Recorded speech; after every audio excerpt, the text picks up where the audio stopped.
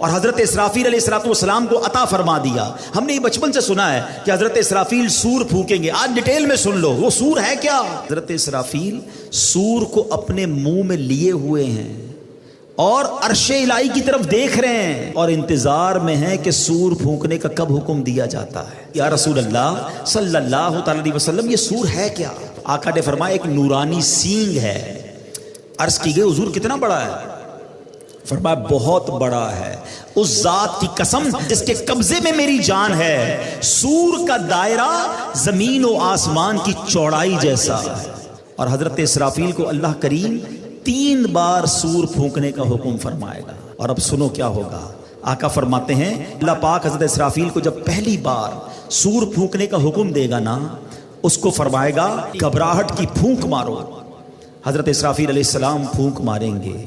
اب جب اس کی ہولناک آواز آئے گی نا تو زمین و آسمان والے گھبرا اٹھیں گے. اللہ پاک کے حکم سے حضرت اسرافیل اس آواز کو، اس پھونک کو اور لمبا کریں گے. اب اس کی ہولناکی سے پہاڑ ہلنے لگیں گے. بادل چلتے ہیں ایسے پہاڑ چلنے لگیں گے، ریزہ ریزہ ہو جائیں گے، شدید زلزلہ طاری ہو جائے گا. جیسا کہ اللہ پاک فرماتا ہے جس دن تھر تھرانے والی تھر تھر آئے گی، اس کے پیچھے آئے گی پیچھے آنے والی، دل اس دن خوف زدہ ہو جائیں گے. ایک جگہ نہیں، قرآن میں جگہ جگہ قیامت کی منظر کشی کی گئی ہے، قیامت کا حال بیان کیا گیا ہے. نبی پاک علیہ السلام نے مزید فرمایا کہ اس وقت زمین سمندر میں پھنسی ہوئی اس کشتی کی طرح ہوگی جسے سمندر کے تھپیڑے لگتے ہیں. کشتی کے سوار کبھی اوندھے گرتے ہیں. اس وقت دودھ پلانے والیاں دودھ پیتے بچوں کو بھول جائیں گی، حمل والیوں کے حمل گر جائیں گے، بچے دہشت کے سبب بوڑھے ہو جائیں گے. شیطان زمین کے کناروں کی طرف بھاگیں گے، فرشتے مار کے انہیں پھر زمین کی طرف ڈال دیں گے.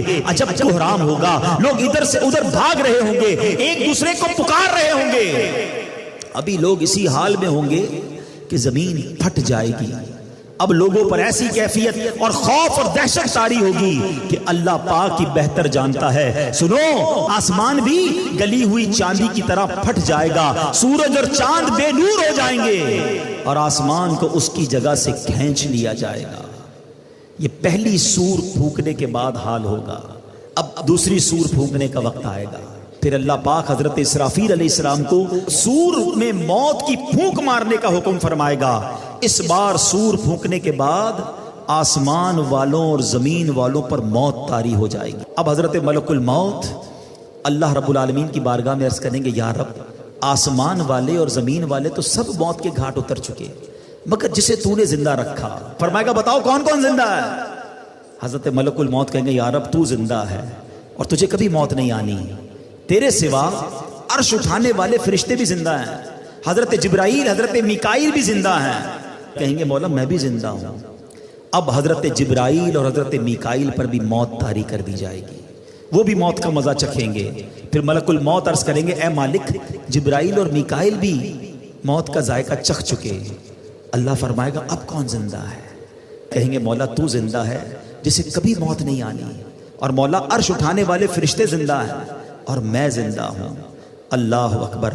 پہلے عرش اٹھانے والے فرشتوں پر موت طاری کی جائے گی اور پھر ملک الموت جو آخری بچیں گے ان پر بھی موت طاری کر دی جائے گی.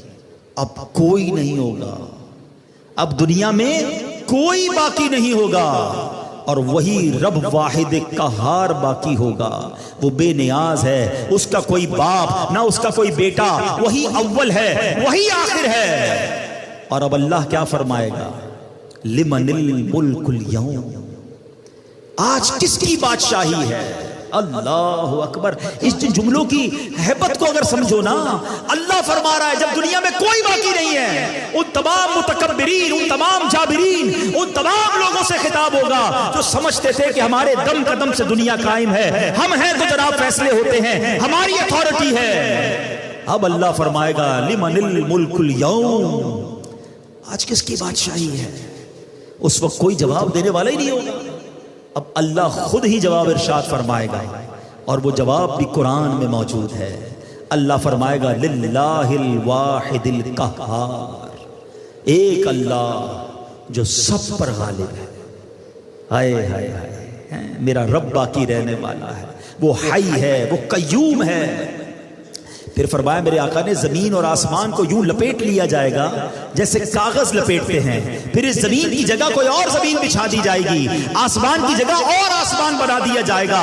اب اللہ پاک 3 مرتبہ فرمائے گا میں ہوں جبار، جسے میرا شریک ہونے کا دعویٰ ہے سامنے آئے۔ اللہ اکبر، کوئی سر اٹھانے والا نہیں ہوگا۔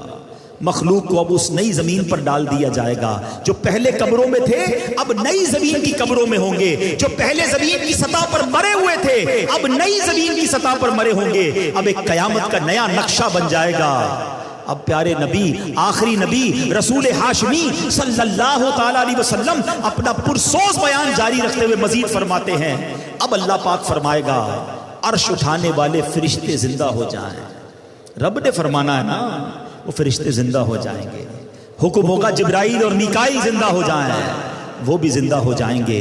اب اللہ پاک حضرت اسرافیل کو حکم دے گا پڑھنے کے بعد اٹھائے جانے والی سور پھونکو۔